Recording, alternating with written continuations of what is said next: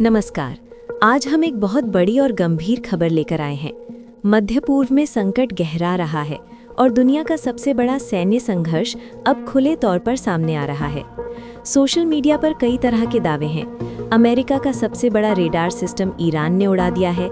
UAE और Israel पर जबरदस्त हमले हुए हैं।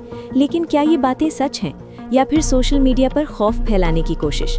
आज हम इन सभी बातों को सही तथ्यों के साथ समझेंगे। कोई अफवाह नहीं, कोई एग्जैजरेशन नहीं, सिर्फ सच्ची जानकारी। तो वीडियो को अंत तक देखें। सबसे पहले बात करते हैं उस रेडार सिस्टम की जिसे लेकर बड़ी खबरें चल रही हैं। ईरान ने दावा किया है कि उसने कतर में स्थित अमेरिका का महंगा और बड़ा AN/FPS-132 बैलिस्टिक मिसाइल रेडार विशेष रूप से निशाना बनाया है और उस पर हमला किया है। ये रेडार अमेरिका का सबसे महंगा और महत्वपूर्ण अर्ली वार्निंग सिस्टम माना जाता है, जिसकी क्षमता लगभग 5000 किलोमीटर तक की मिसाइल ट्रैकिंग है। ईरानी मीडिया ने बताया कि ये रेडार बहुत नुकसान में आया है और उसकी गतिविधि बाधित हुई है। लेकिन ध्यान देने वाली बात, अमेरिका या कतर ने अभी तक आधिकारिक रूप से नहीं कहा है कि ये रेडार पूरी तरह उड़ाया गया है। कुछ डैमेज दिखाई दे रही है, लेकिन स्तर को लेकर अभी तक स्पष्ट बयान नहीं आया है। अब बात करते हैं यूएई यानी संयुक्त अरब अमीरात पर, जो हाल के दिनों में हुआ है। यूएई ने खुद बयान दिया है कि उन्होंने कई मिसाइल और ड्रोन हमलों को रोका है। एक सरकारी बयान के अनुसार कुल 186 मिसाइलों को ट्रैक किया गया, 172 मिसाइलें इंटरसेप्ट की गई, 13 मिसाइलें समुद्र में गिरी, एक मिसाइल यूएई में गिरी, लेकिन कोई बड़ा नुकसान नहीं हुआ। साथ ही देश की रक्षात्मक व्यवस्था ने 812 ड्रोन का पता लगाया और उनमें से 755 को रोक दिया गया है। इस हमले में कुछ ही नागरिकों को मामूली चोटें आई हैं और कुछ संपत्ति को हल्का मध्यम नुकसान हुआ है, लेकिन बड़ी तबाही नहीं हुई है। यानी यूएई पर बड़े पैमाने पर बारूद की बारिश, जैसा सोशल मीडिया पर कहा जा रहा है, ऐसी कोई दुर्घटना नहीं हुई। चुनौतीपूर्ण हमला जरूर हुआ, लेकिन देश की एयर डिफेंस ने ज्यादातर खतरे को नाकाम कर दिया है। अब बात करते हैं इजरायल की स्थिति की। इजरायल और ईरान के बीच संघर्ष पहले से ही तेज हो चुका है।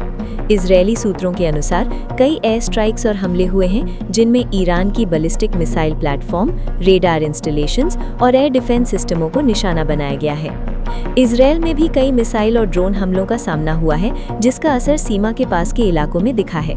हालांकि इजरायली एयर डिफेंस सिस्टम्स ने ज्यादातर हमलों को बेअसर किया है, लेकिन कुछ स्थानों पर हानियां और नुकसान भी हुए हैं।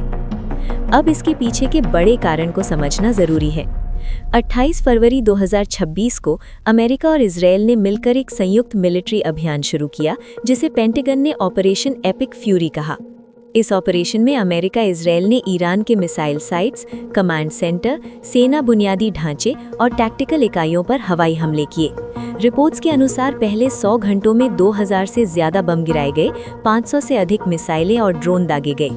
इसके जवाब में ईरान ने भी बदले में 500 से अधिक बैलिस्टिक मिसाइलें और 2000 से ज्यादा ड्रोन दागे हैं।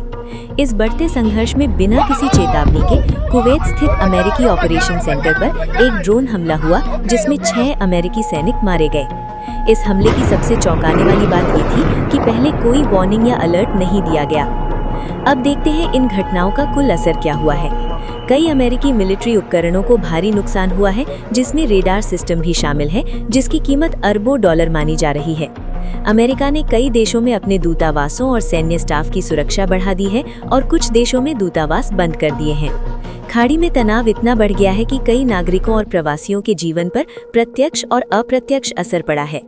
ऑयल ट्रेड और ग्लोबल मार्केट्स पर अस्थिरता का असर पड़ेगा, जिसका असर भारत जैसे देशों की अर्थव्यवस्था में भी दिख सकता है।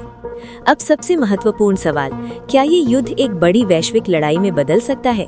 विश्लेषकों का कहना है कि अगर मिसाइलों और इंटरसेप्टरों के स्टॉक जल्दी खत्म हो गए तो दोनों पक्षों के बीच तनाव और बढ़ सकता है।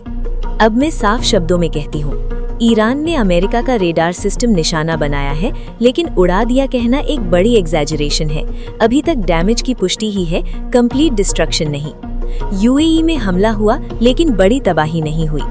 इजरायल में भी हमले कामयाब रहे, लेकिन एयर डिफेंस ने नुकसान को रोकने की कोशिश की है।